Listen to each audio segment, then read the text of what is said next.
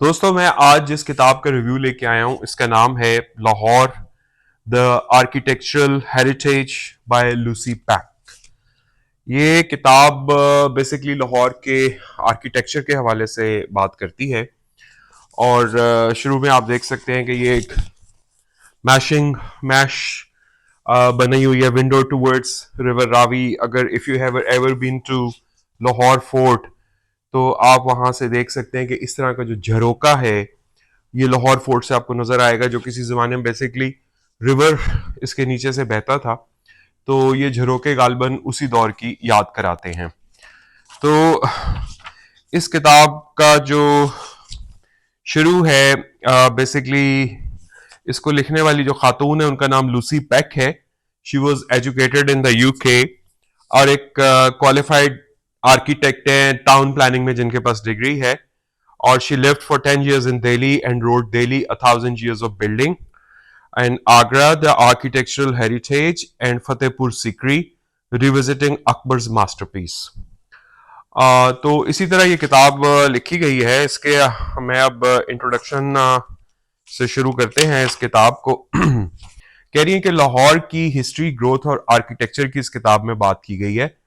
और उस political history की भी बात की गई है जिसने इस शहर के ऊपर एक ग्रेट इम्पैक्ट छोड़ा है। कहती 16th सेंचुरी से there are no buildings that predate the 16th century, के 16वीं सदी से कबल की कोई इमारत यहाँ पे अभी नहीं मौजूद। लेकिन ये बात भी दुरुस्त है कि ये जो शहर है सदियों से यहाँ आबाद है और एक बहुत बड़ा ट्रेड रूट रहा है। और जो यहाँ पे मुगल्स की बुरियल्स हैं, गार्डन्स हैं, वो बताते हैं कि यहाँ पे मुगल्स ने कितना कैसी लाइफस्टाइल गुजारी। उसके बाद ब्रिटिश कॉलोनियल पावर जहां पे आई उन्होंने कैसी लेगेसी छोड़ी वगैरह। फर्स्ट टू चैप्टर्स जो कि पॉलिटिकल हिस्ट्री से मुतालिक हैं, जो कि मैं आज नहीं कवर करूंगा, बेसिकली मैं आर्किटेक्चर से रिलेटेड चीज कवर करूंगा। कहती जो अभी स्ट्रीट्स का पैटर्न है और बहुत सारी बिल्डिंग्स जो हैं वो ट्रेडिशनल स्टाइल में बिल्ड की गई थी 20वीं सदी के दरमियान तक। तो इससे हमें आइडिया हो सकता है कि ये शुरू के दिनों में शहर कैसा होगा। These are the subject of chapter 5।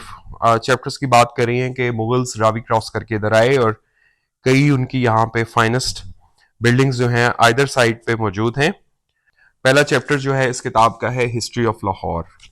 But history of Lahore को अभी हम थोड़ा पेंडिंग रखते हैं, उसके ऊपर भी हम प्रोग्राम करेंगे। अभी जो मेरा मेन पर्पस है वो मैं आर्किटेक्चर के हवाले से बात करना चाह रहा हूँ। ये है जी, इसका चैप्टर है Lahore architecture.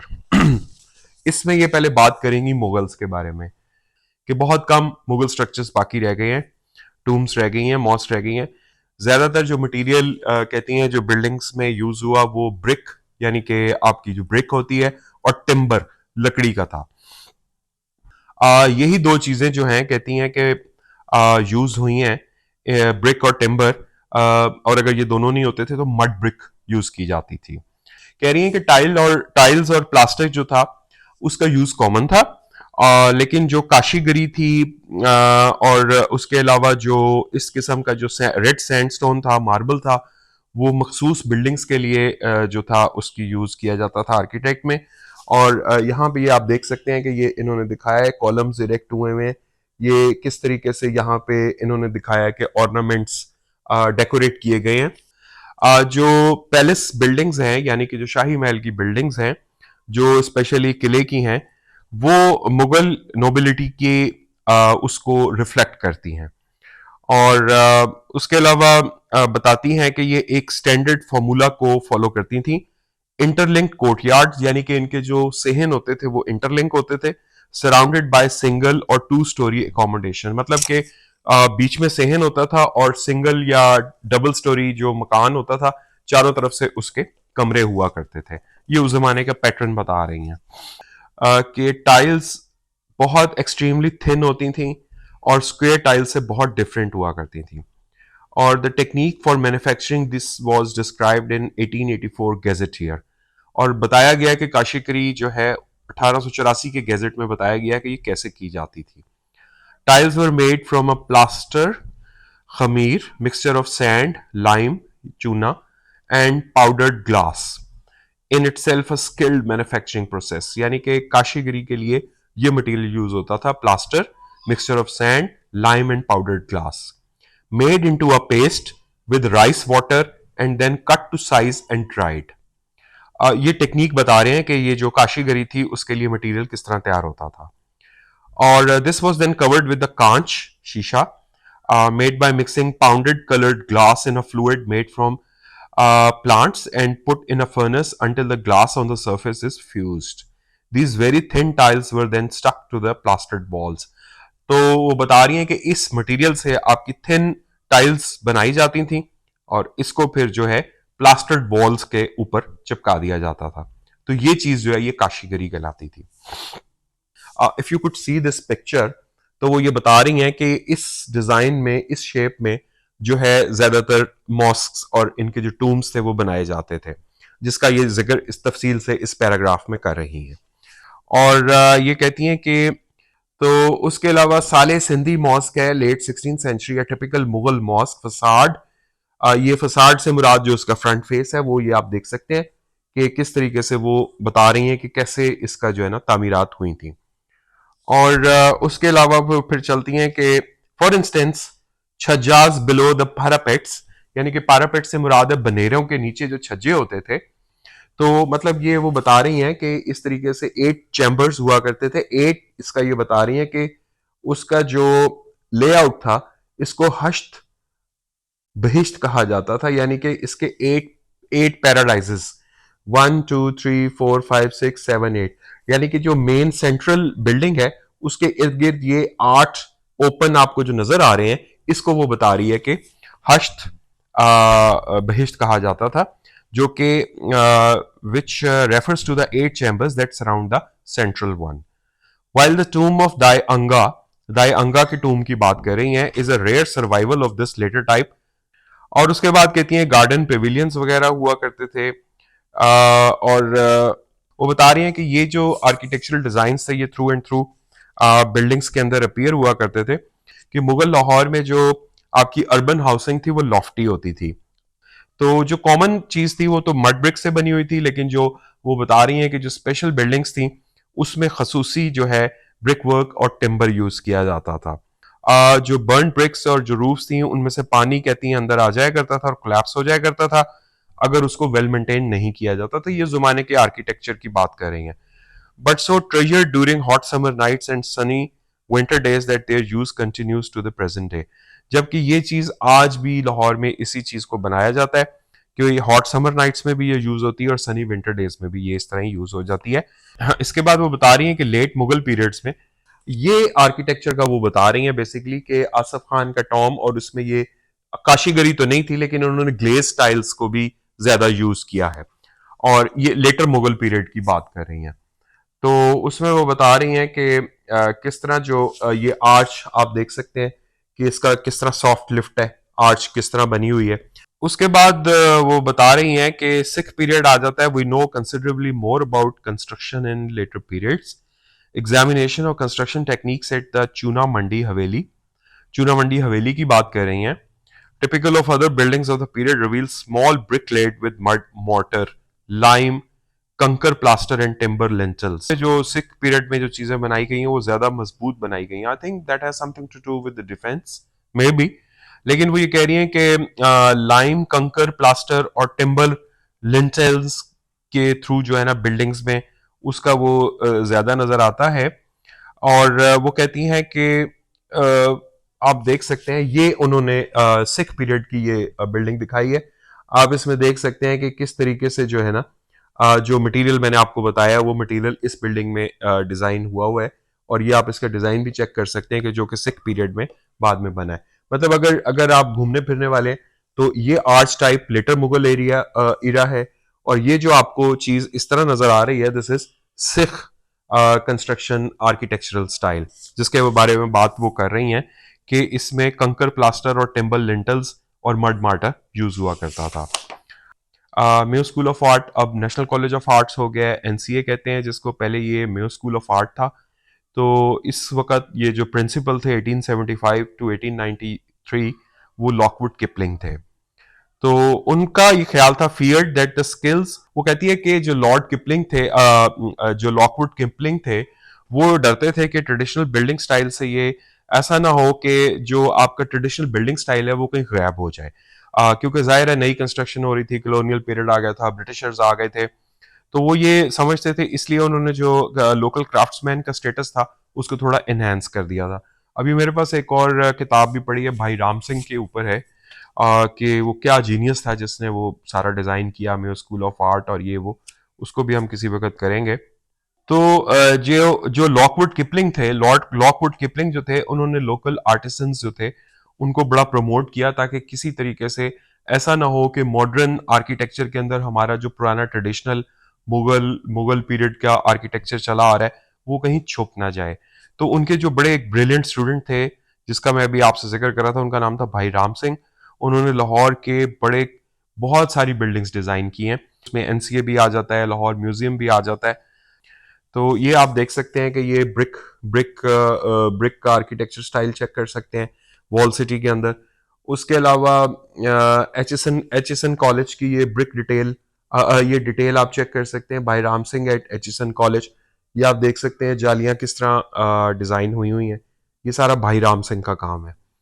Increasingly European style of architecture, यानी कि उनका कहने का मकसद ये है कि 1862 में लाहौर म्यूनसिपल कमेटी बना दी गई थी, 1884 में बिल्डिंग्स प्लान भी मांग लिए गए थे, और उसमें ये कहा गया था कि स्ट्रीट अलाइनमेंट्स के हवाले से बिल्डिंग का कंस्ट्रक्शन किया जाए, और वेस्ट वाटर के डिस्पोजल के बारे में भी देखा जाए, और पैम्फलेट्स भी डिस्ट्रीब्यूट किए गए थे कि वो घर घर जो हैं वो अपनी लिविंग कंडीशंस को बेहतर करें, स्पेशली जो हाईली इनसैनिटरी हैं। By the turn of the 20th century building practice had changed.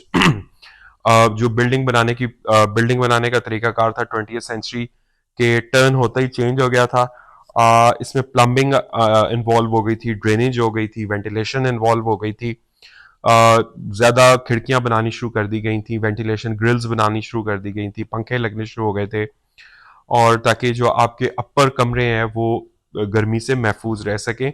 और इस ये बेसिकली जो आर्किटेक्चर में आपके 20th सेंचुरी में टर्न आ रहा है, ये उसकी बात कर रही हैं कि पुराने ट्रेडिशंस को भी रखा गया साथ साथ, और नए नए आर्किटेक्चरल डिजाइन भी बीच में आते गए, इसमें फैन भी इन्वॉल्व हुआ, और by the turn of 20th century आपका वेंटिलेशन, ड्रेनेज और इन चीज़ों के ऊपर ज़्यादा फोकस किया जाने लगा, और यूरोपियन आर्ट जो डिको स्टाइल का था वो ज़्यादा यूज़ होने लगा। और उसके बाद वो, हालांकि वेस्ट में वो आउट ऑफ फैशन हो चुका था, वॉज टेराजो, एक नई टेक्निक आ चुकी हुई थी, यानी कि एक ये नया डिज़ाइन जिसको आप कह सकते हैं, आर्किटेक्चर की एक नई टेक्निक आ गई थी जिसको टेराजो बोलते हैं, जिसमें वॉल और फ्लोर की जो फिनिशिंग थी उसमें different colour stones, chips embed की जाती थी, और उनको डिफरेंट पैनल्स के साथ यूज किया जाता था डिजाइन्स के थ्रू। यहाँ पे उन्होंने उसकी पिक्चर भी दी है, ये आप देख भी सकते हैं कि इस तरीके से ये टेरोजा जिसकी ये बात कर रही है टेक्निक की, वो आ चुकी हुई थी। और even if house holders embraced a modern European style for the facades, कह रही है कि जो नॉन डोमेस्टिक आर्किटेक्चर है, यानी कि जो अलावा घरों के था, वो आखिरी सदी में, और यूरोपियन आर्किटेक्चर से ज्यादा इंस्पिरेशन लेने लग पड़ा था बनस्बत डोमेस्टिक आर्किटेक्चर से, partly because new types of buildings such as railway station, offices and schools were being constructed. तो कहने लगी कि बाद में फिर जब चेंज आई तो वो यूरोपियन स्टाइल ज़्यादा फॉलो होने लग पड़ा।